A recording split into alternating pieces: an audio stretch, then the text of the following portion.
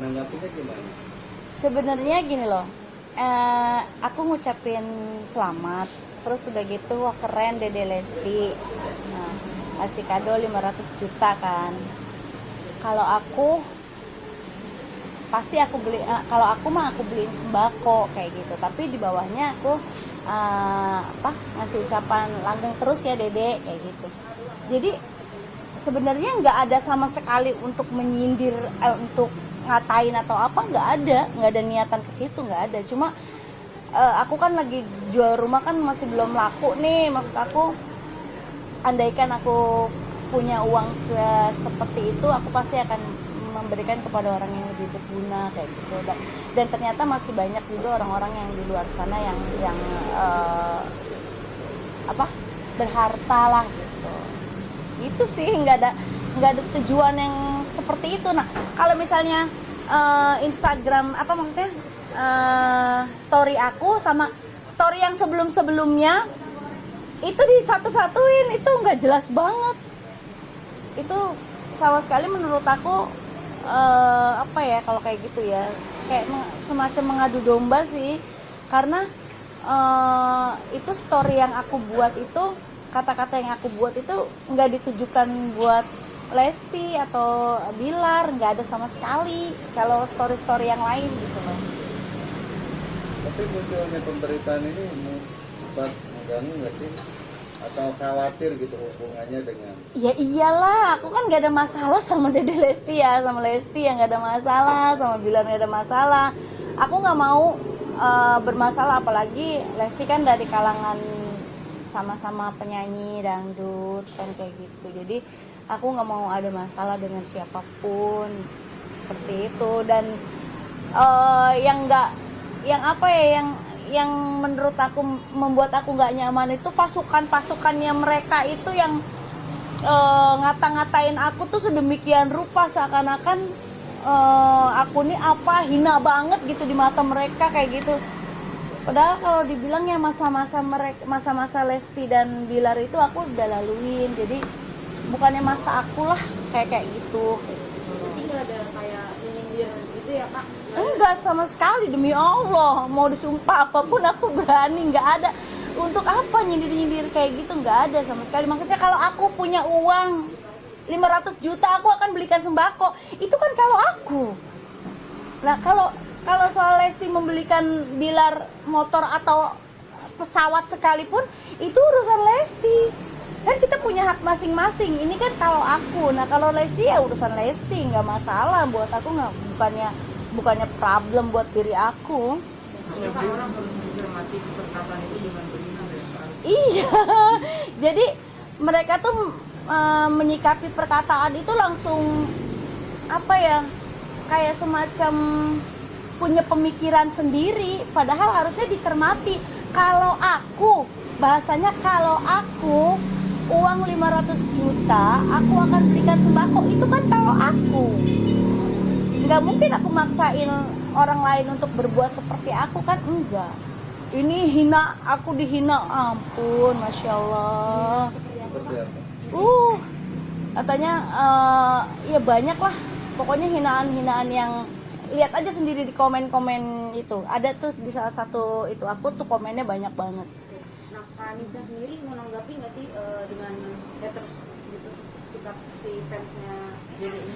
Ada yang aku tanggapi, ada yang enggak sih. Kalau udah menurut aku, kalau udah agak terlalu yang ini, daripada membuat imun saya turun, ya kan, dan banyak hal yang harus saya lakukan selain ngurusin masalah itu gitu. Mendingan saya kerja, mendingan saya melakukan yang lain gitu. Sampai udah Anissa dikasih sembako aja biar diem, maksudnya separah itukah saya gitu loh. Terus udah gitu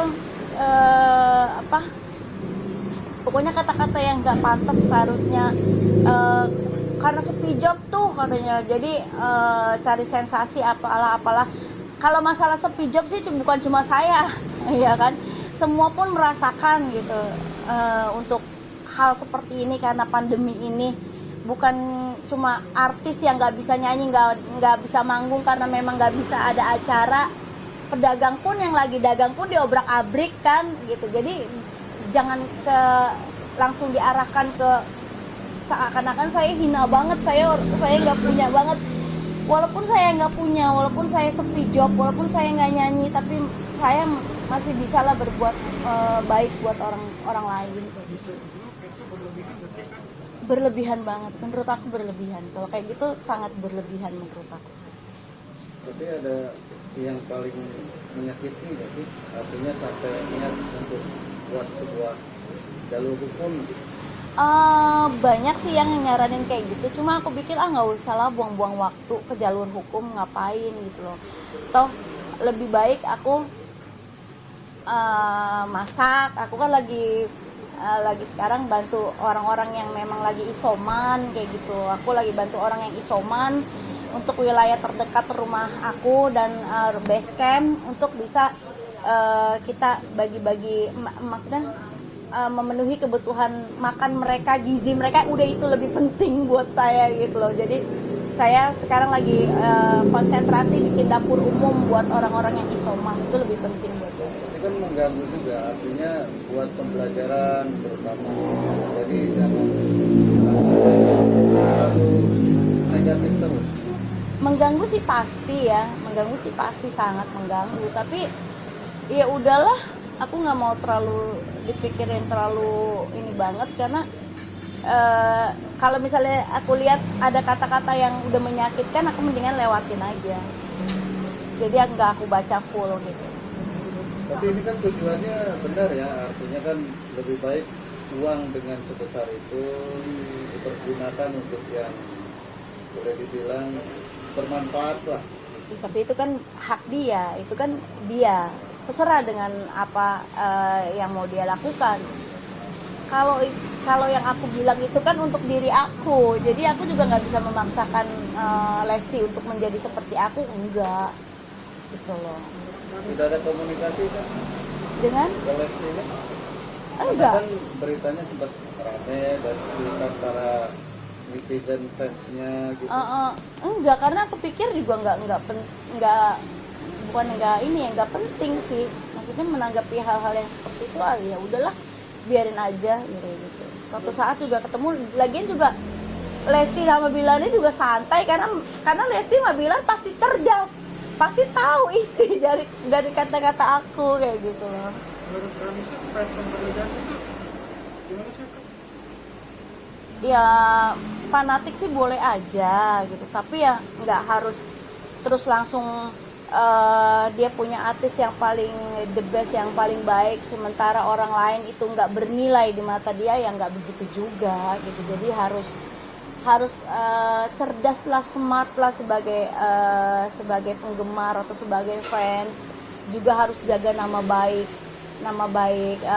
artisnya kayak gitu. Kalau kayak gitu kan, kok begini sih gitu kan, ngata-ngatain segala macem yang udah tua nggak laku begini, aduh, kayaknya nggak sepantasnya lah hinaan kayak gitu dilontarkan.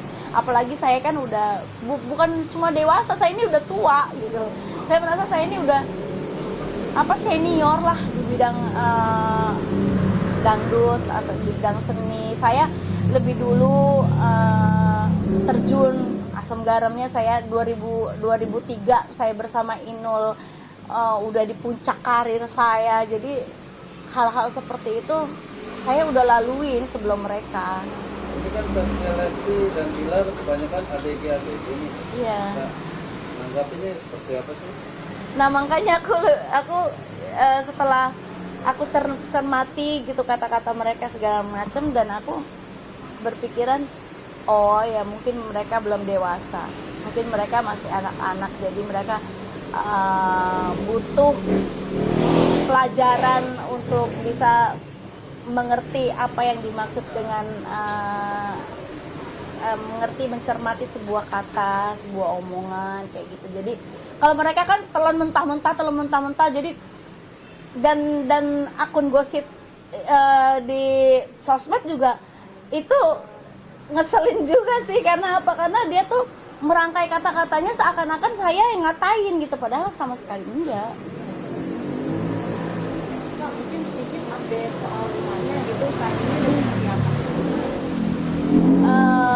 Saat ini belum ada titik temu untuk yang membeli rumah aku. Nah itu juga kemarin sampai mereka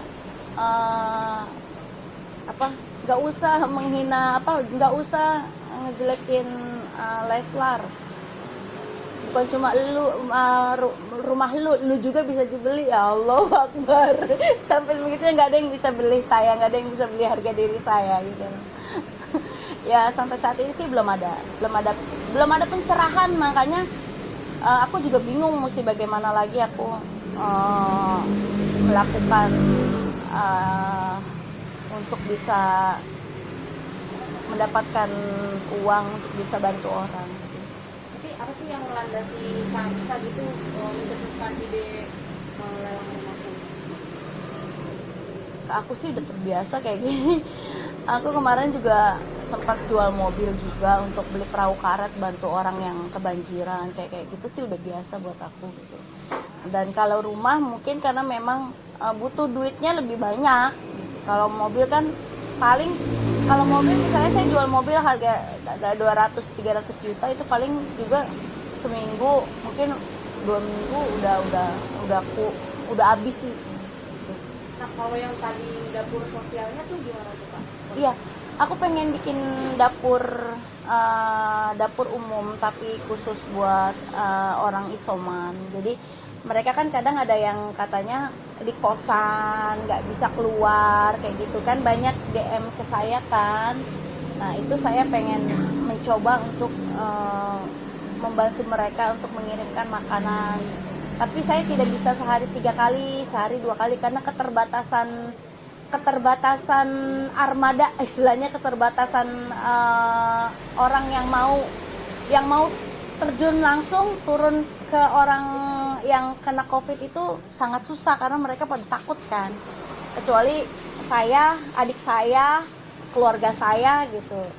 Kebanyakan sih keluarga yang mau terjun langsung, mereka sama sekali benar-benar nggak merasa takut, nggak merasa jijik, nggak merasa ngeri, nggak, mereka berani untuk bisa membantu orang lain. Itu Kak Anissa sendiri tuh yang nyiapin masakan gitu kan sama keluarga? Iya, kemarin sih kita udah melakukan itu, cuma untuk masih lingkungan yang terdekat aja sih gitu. Kalau aku punya banyak dana mungkin aku akan hire orang, mungkin aku juga bisa kirimin makanannya melalui kendaraan online kayak gitu kan. Tapi ya ini kan sekarang semuanya masih kita pakai mobil sendiri, mobil yang kita armada kita cuma ada 2 kayak gitu, dan yang lain pakai motor. Jadi masih keterbatasan transportasi, akomodasi, dan orangnya yang mau terjun langsung. Mereka kebanyakan pada takut.